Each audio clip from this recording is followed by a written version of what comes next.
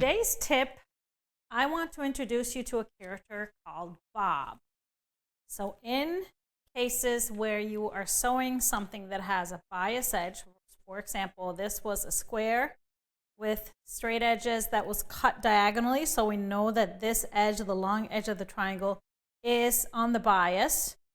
But if we're sewing that to something that is straight of grain, the rule is when you feed it through your machine, to avoid this bias edge stretching, you want to make sure that the straighter grain strip or straighter grain unit you're sewing to it is on the top, which means where Bob comes in, bias on the bottom. So any chance you get where you can have the bias on the bottom feeding through the machine, that is really going to benefit how the piece turns out, because the feed dogs keep the bias edge stable, especially with that straight edge on top. If you pin it, it's going to really keep it nice and straight.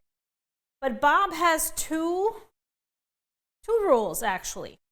Here's the second one, and that is whenever you are sewing something to another piece, and usually this happens if we're doing sashings and you have something that's really pieced, or little borders and things like that. And let's say I was going to add sashing to this block, and I know my sashing unit is the exact right size, but maybe my seams were a little short on the pieced unit, so when I lay the sashing strip on, it is just a tiny bit larger. So you can, just to make sure that maybe it was just one block that turned up a little smaller, maybe it was more.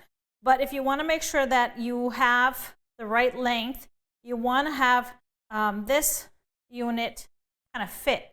So what I do is I pin it even on the bottom, I pin it even on the top. And if it's a little loose, you can see it's a little loose. We obviously don't want to do this if it's more than 1/8 of an inch. If it's close to 1/4 of an inch, it's not really going to work, especially on a short piece like this. Of course, if we're talking about 1/4 of an inch over maybe a whole border, that's another deal. But I usually just pin it. I will find the middle and pin it like this. And here's where Bob comes in.